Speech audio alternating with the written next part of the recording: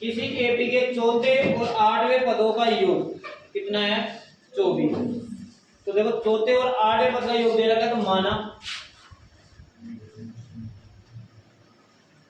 AP का प्रथम पद क्या हो जाएगा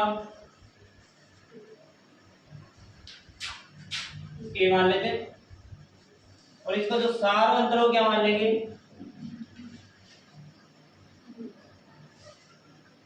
बी मान लेते। प्रथम पद तो ए हो गया और सार अंतर क्या हो गया बी। अब क्वेश्चन में दे रखा है कि चौथे व आठवें पदों का योग 24 है पहली शर्त के अनुसार।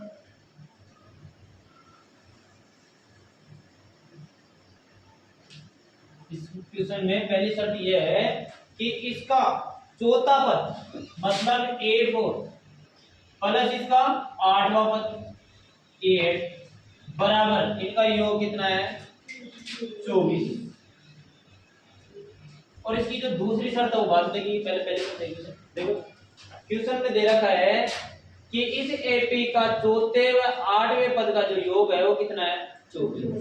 चौथे पद को आठवें पद को जोड़ दिया जाए तो कितने हो जाते हैं 24 हो जाते हैं। तो चौथा और आठवां पद चाहिए हमारे को, पहले दिए पता करना है ये पद कौन से, तो प्रथम पद और डी का पता चल जाए तो हम चौथा और आठवां पद निकाल सकते हैं। तो देखो चौथे पद मतलब ए एन का फॉर्मूला क्या होता है ए प्लस एन माइनस 1 इंटू यही होता है।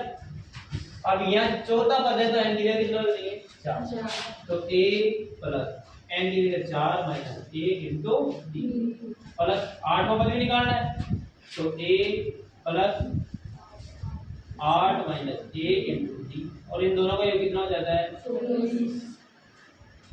समझे आप?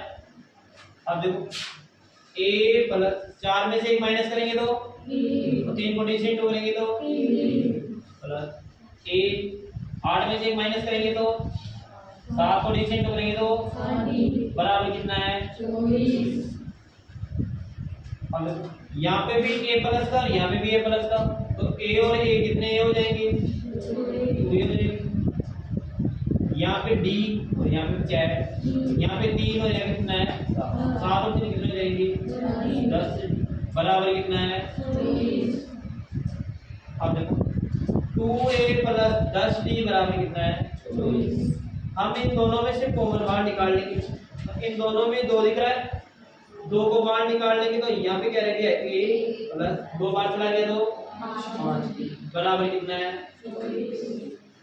ये गुणावली संख्या है, बाद में जाकर कट जाएगी तो हमारे पास a प्लस 5d बराबर कितना हो जाएगा, इसको बोल देंगे समीकरण नंबर 1।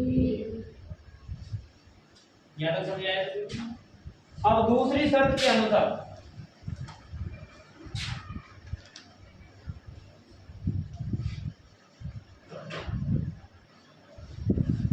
दूसरी शर्त क्या है, क्वेश्चन में दे रखा है कि छठे और 10वें पद का योग A6 प्लस A10 इन दोनों पदों का जो योग है वो कितना है 44 है।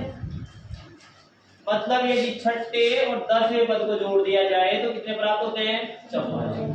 तो यहाँ पे भी इसी की जैसे A4 और A8 24 का, तो दोनों को क्या करेंगे योग, तो A6 मतलब A प्लस n कितना हमारे पास छठा पद है 6 माइनस 1 इंटू प्लस यहाँ पे a प्लस 10 है तो कितने जाएंगे 10 माइनस 1 इंटू बराबर कितने हैं 22। अब देखो a प्लस 6 में से कम करेंगे तो 5 बड़ी से करेंगे तो प्लस a प्लस 10 में से एक माइनस करेंगे तो 9 को डिस्टेंट करेंगे तो बराबर कितना है 22। यहाँ पे देखो a और a दोनों प्लस के हैं 2a, यहाँ पे 5 और 9 कितने हो जाएंगे और 5 कितने होते हैं 14 बराबर कितने हैं। दोनों में a कॉमन है, a बाहर निकालने तो क्या आ जाएगा a प्लस 7d बराबर है 2 से ये कट जाएगा तो a प्लस 7d बराबर कितने हो जाएंगे समीकरण नंबर 2। ये तो पहला समीकरण हो गया और ये कौन सा समीकरण हो गया दूसरा। समीकरण 1 में से समीकरण 2 को क्या करेंगे घटाएंगे। तो लिखेंगे समीकरण 1 में से समीकरण 2 को घटाने, मतलब पहला समीकरण है उसमें से दूसरे समीकरण क्या कर देंगे, माइनस कर देंगे। तो पहला समीकरण क्या है, a प्लस 5d बराबर कितना है 12, और दूसरा समीकरण क्या है, a प्लस 7d बराबर कितना है। घटाने के लिए बोल रहा है तो माइनस करेंगे, तो माइनस करेंगे तो प्लस का तो माइनस, प्लस है तो माइनस, प्लस है तो सभी का चिन्ह चेंज कर देंगे। देखो ये प्लस में ये माइनस में कट गया, यहाँ पे बड़ी वाली संख्या माइनस की है तो माइनस के साथ डी में से 5 नहीं जाएंगे, तो यहाँ पे बड़ी वाली संख्या माइनस की है, 22 में से 12 माइनस करेंगे तो माइनस कितना जाएंगे, हमारे को डी का मान चाहिए, या माइनस के 2d का जो मान है वो कितना, माइनस का 10। और देखो ये जो संख्या है इसमें इनटू में, और इनटू वाली संख्या बराबर में किस में जाती है, भाग में, मतलब बटा में जाएगी। माइनस से तो माइनस कट गया, 2 से कितनी बार कैंसिल हो गया, मतलब d का जो मान हो कितना है हमारे पास। अब हमारे को d से क्या निकालना है, a का मान निकालना है, तो d का मान समीकरण 1 में भी रख सकते हो और समीकरण 2 में भी रख सकते हो। तो जैसे मान लो d का जो मान है किसमें रखेंगे, d का मान समीकरण 1 में,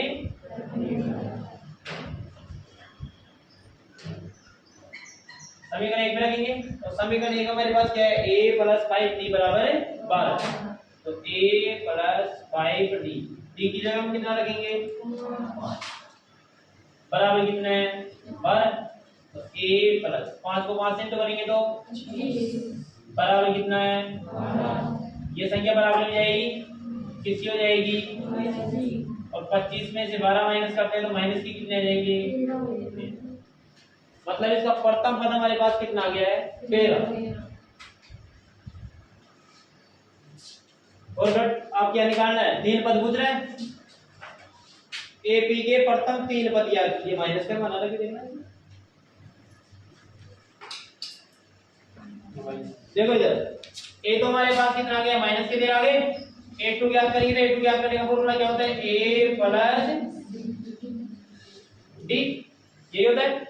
a हमारे पास कितना है, माइनस के, प्लस d हमारे पास कितना है 13 वाली संख्या माइनस की है, तो यहाँ पे जो मान आएगा किसका आएगा, माइनस। 13 में से 5 माइनस करेंगे कितना जाएंगे, माइनस के 3 पद पूछ रहा है, तो a3 को निकालेंगे तो ये क्या होता है, a प्लस a हमारे पास कितने माइनस के 13 प्लस 2 इंटू डी कितना है 5 को 2 से इंटू करेंगे तो 10, और माइनस के 13 में से प्लस के 10 घटाएंगे तो कितने हो जाएंगे, माइनस के। तो इसका जो प्रथम पद, द्वितीय पद और तृतीय पद तीनों आगे हमारे से प्रथम पद पूछ रहा है, द्वितीय पद पूछ रहा है, और कौन सा पद पूछ रहा है, तृतीय। सुब्बा राव ने 1995 में 5000 रुपए के मासिक वेतन पर कार्य आरंभ किया। सुब्बा राव ने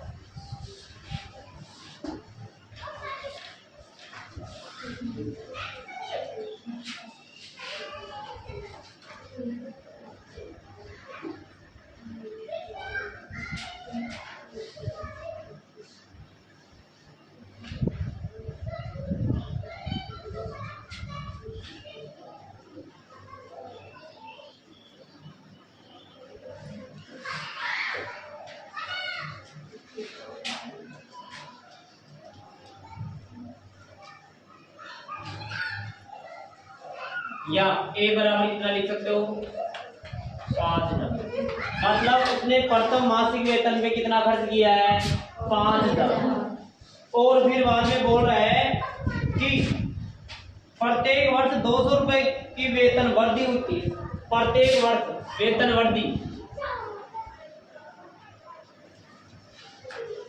प्रत्येक वर्ष में वेतन की वृद्धि कितनी हो रही है, 200 रुपए की वेतन की वृद्धि हो रही है।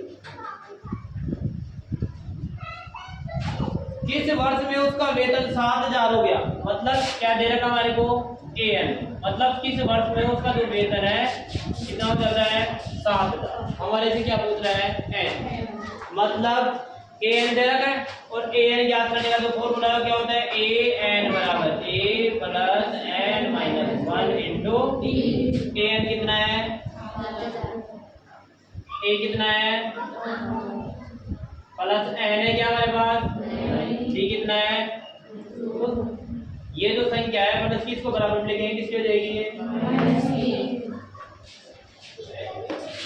इधर n माइनस 1 इंटू डी, ये कितना है 2। 7000 में से 5000 गए तो बराबर कितना है n माइनस 1, ये संख्या इंटू में इंटू वाली संख्या किसमें आती है भाग में, 200 का भाग इसमें कितनी बार जाएगा 10 बार, तो n माइनस 1 बराबर कितना है 10। तो ये जो संख्या है इसको बराबर में लेके जाएंगे तो इधर माइनस के बराबर जाएगी, किसकी हो जाएगी, तो 10 और ये कितने हो जाएंगे 11, मतलब कौन से वर्ष में हो जाएगा 11वें वर्ष में। तो उसका वेतन है वो कितना हो जाएगा 7000, उसका वेतन कितना हो जाएगा। ने किसी वर्ष के प्रथम सप्ताह में 50 रुपए की बचत की और फिर उसकी साप्ताहिक बचत 17.50 बढ़ दी गई, मतलब प्रथम सप्ताह की रामकली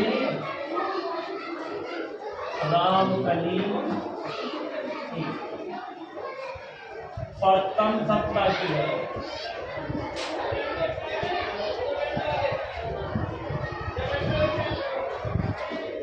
कितनी है 50। फिर अपनी साप्ताहिक बचत कितनी बढ़ रही है भाई, तो डी बराबर कितना हो रहा है 17.5। यदि nवें सप्ताह में उसकी साप्ताहिक बचत an बराबर, एक सप्ताह में उसकी बचत कितनी हो जाती है 207.50 रुपए हो जाती है, तो वो सप्ताह कौन सा है जिसमें उसकी जो बचत है 207.50 रुपए। तो हमारे को क्या ज्ञात करना है n, तो an दे रखा है तो an का फॉर्मूला क्या होता है a plus n minus 1 into an कितना है 207.50, a कितना है 50, n माइनस 1 इंटू डी कितना है 17. इसको बराबर में लेके आएंगे, ये इधर आगे किसका हो जाएगा माइनस का, इधर n माइनस 1 इंटू 17. 207 में से 50 माइनस करेंगे तो कितने हो जाएंगे, देखो 0.50 ऐसे की तरह पॉइंट में इसकी कोई संख्या नहीं है। 7 में से 0 गया तो 7, 0 में से 5 नहीं जाए, 10 में से 5 गया तो 5, तो 157 पॉइंट कितने हो जाएंगे 50 बराबर। ये संख्या है जो यहाँ पे गुणा में, गुणा वाली संख्या किसमें आती है 17.5 बराबर कितना हो जाएगा n माइनस। अब देखो पॉइंट हटाएंगे, ऊपर 2 0, 2 संख्या जोड़ के पॉइंट है तो नीचे 2 0 आ जाएगी, यहाँ पे नीचे एक संख्या जोड़ के पॉइंट है तो ऊपर कितना आ जाएगा 2 0 से 2 0 कर दे। अब देखो ये 175 और ये कितना है 157.5, कितने बार जा रहा है इसमें, शायद मेरे 5 बार जा रहा है, 5 बार नहीं है।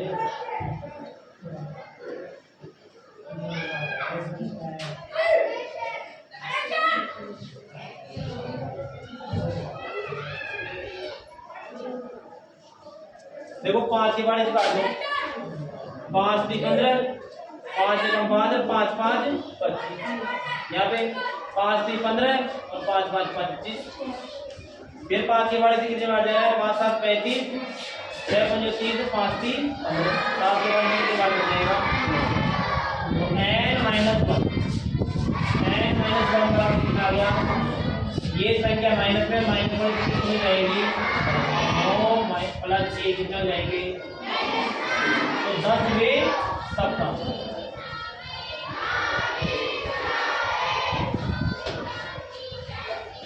मतलब 10वें सप्ताह में इसकी जो मासिक बचत कितने जाएगी 207.50।